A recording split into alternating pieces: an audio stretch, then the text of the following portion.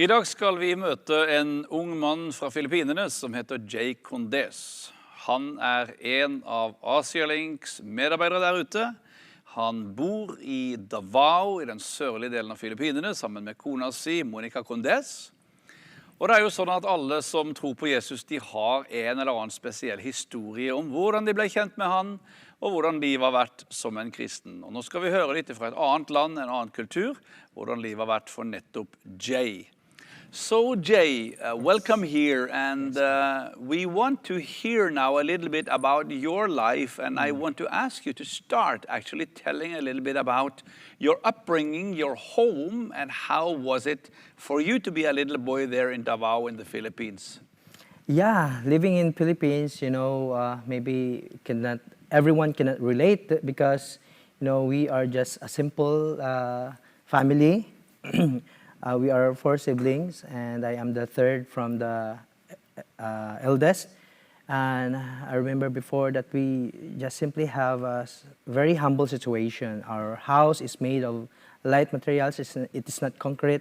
And my dad is making ice cream for a living, and also after that, he able to have a tricycle also for living.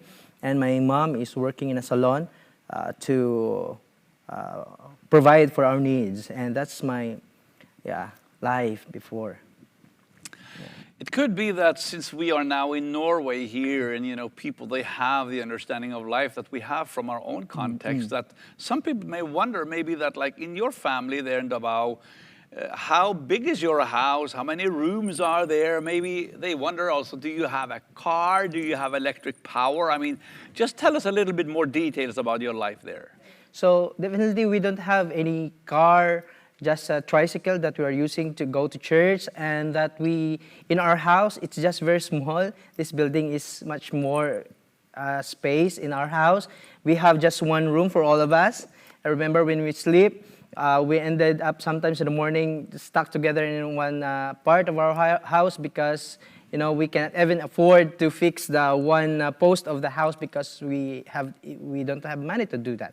And then can remember that we can see even the star and the moon when we go to sleep in the evening, because we cannot even afford to have a good and brand new roof for our house. So that even in a special occasion, our siblings and me would be very happy if my mother will go home, maybe in my birthday one time, that she will bring, a chicken feet.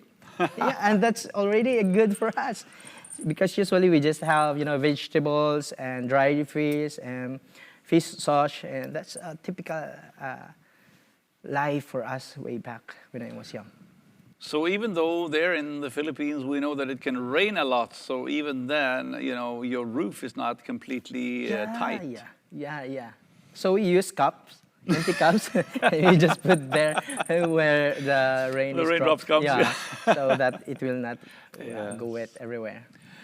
But you grew up in a home where you learned about Jesus, right? Yes, my mom and my dad, they were Christians, and they bring us to church every Sunday. And we have also in our house every day, 4 a.m., my dad would wake us up and we will have worship time, prayer time, even though sometimes sleepy and don't want to get up, but you don't have a choice. You don't have a choice. My dad is very strict in his bringing us into a Christian life. Wow. Yeah, and we will go to church. When you are late, then he will leave you and you need to walk from the house to the church. My dad is very strict. Sounds like a father who's really exercising discipline with his kids. I think that, Jay, honestly, here in Norway, if any Christian father would make their sons and daughters come up for prayer or worship at 4 in the morning, maybe it would be an issue with the government. It's really not usual at all, we can say. Yeah. But you went to church, and how did you experience and feel about going to church every Sunday? Was it a joyful thing, or was it more like a heavy obligation for you? Yes, in fact, the church life we have there together with my family is totally different from my house. We enjoy the church in the sense that there is, accommodation there. We are accommodated, and in the Sunday school, I remember that we are taught that to love, to have joy, to have peace, and, to be good as a little kid. And we were taught there that when Jesus is in the family, there will be joy, there will be love, there will be peace, It's, like a paradise.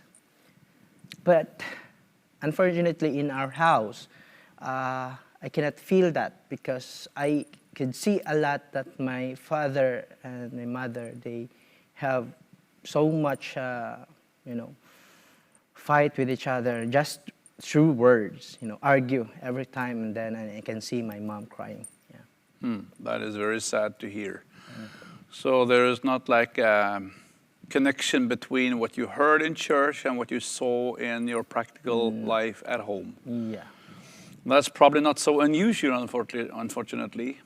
But how was it as a child in your family, as children of your parents? Did you experience love and embrace and the words of "I love you, son"?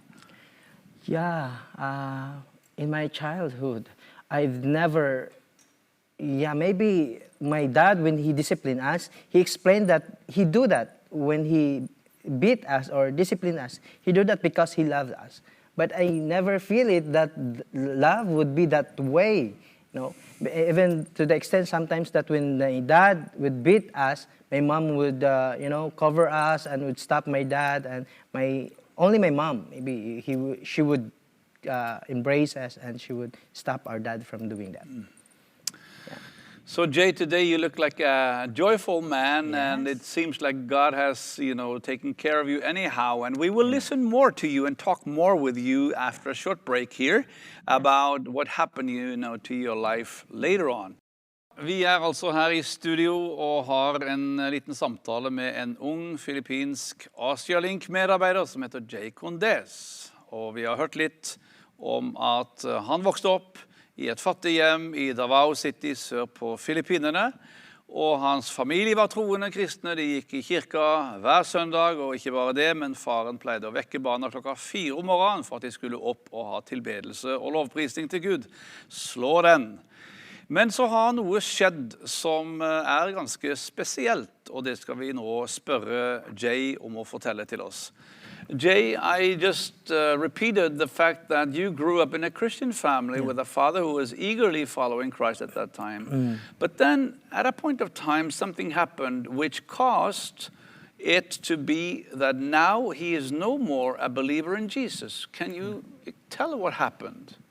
Yeah, it started when I was assigned in another place, not in my hometown, as a youth pastor. And then I bring all my family there, including my father and my mother. And then when the time that I ended my task there, we went back to my home place and also in my home church. It happened that there were times that there were clash between my father and my pastors, our senior pastors. And it ended up like my dad chose to flee from the church. And of course, that time also I responded in my place in Davao now, as reaching out in community, feeding the children, and having Bible studies in a community. And I've heard that they were transferring from church to church. And it happened that one time there were this old and previous pastor we have, the other pastor, who convinced and teach him about Judaism. And one day I've heard already that he would not already believe in our previous religion as a Christian, but he would say that they were now Judaism. It means that for them, God is not a right word for our Creator and Christ and the New Testament, the existence of Jesus Christ and the Old Testament is all orchestrated by Rome to fight the Old Testament. And we are like kind of shocked. And what even more pressure to us, because my dad wants us to come with him, that we will deny Jesus and we will not worship God anymore. Yeah. That must be a total shock for kids and for the whole family to experience. Yeah. How is it, like you say that your dad, he wanted also to pressure you to follow his ways. Did the rest of your family do that or not?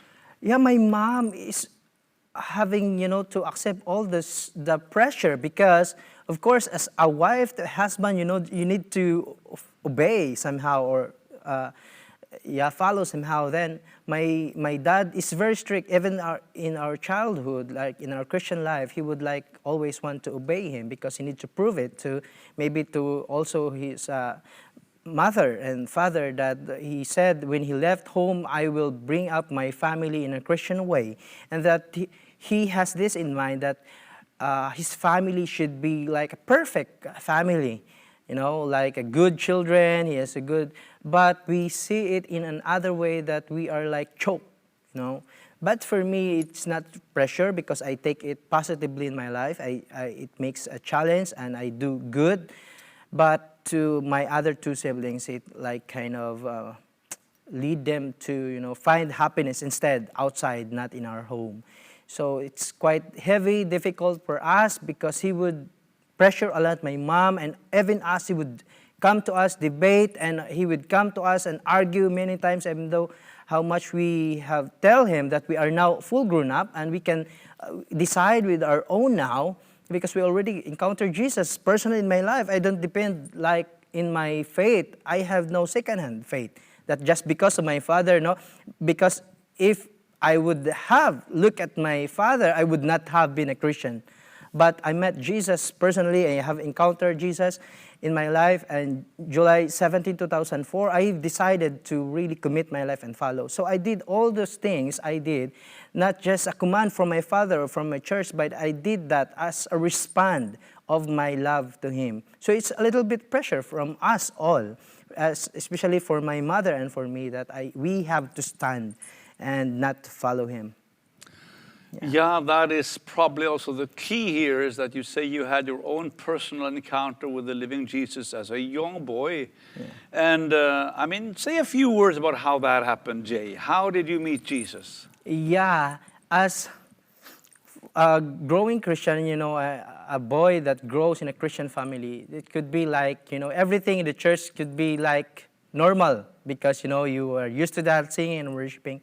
But there was this time in my life that I have thought and I have realized that being just in a church and just being, I have a father and a mother who is Christians, would not be assurance that you will also be saved. That the relation to God is individual. It could be like not because my father, my pastor, or I am growing Christians. So that I decide for me in myself that I would accept Jesus Christ as my Lord and Savior. And I commit my life in the church, clean the church, I do that, leading the praise and worship, and even whatever the pastor would give us task to do. Well, that is just wonderful. And it's wonderful to hear that even though you faced this very great challenge in your family with your own dad, and we know that fathers in your country, they have a very heavy hand, in the family. So you still stand firm with Jesus. And another thing, Jay, that I know because I've been talking with you about it, is that even though the situation now seems to be so difficult, you personally, you still keep that faith that one day your dad may return to the following of Jesus Christ. Yeah, it is not easy, Papa. Yeah. Because my oldest brother, he has a lot of pain in his heart for this that happened. Because we are like so tight and choked and everything, very strict. But still, we take it all and we are what we are right now. Yes. And suddenly everything changed and everything, this was not good. Yeah. So, but I have to tell my brother, my siblings, and even my mother that we cannot give up. We cannot give up on praying, because even us, if we are in that situation, we would be glad, happy one day that if we will wake up, that we know that there are those people, especially our family, that never leave us behind and never stop praying, that one day we will have again, that the Lord will encounter us again and we will see the love of the Lord and Jesus Christ in our heart. Ja, det var vår samtale med Jay Condez. Tusen takk, Jay. Thank you so much, Jay. Og tenk det at det går an også å oppleve det, at en sterk troende kristen far faktisk forlater Jesus og begynner å bli det vi kaller for en jødisk troende, en judaist, og det har altså skjedd. Men Jay han tror fortsatt at Jesus har en vei med pappa.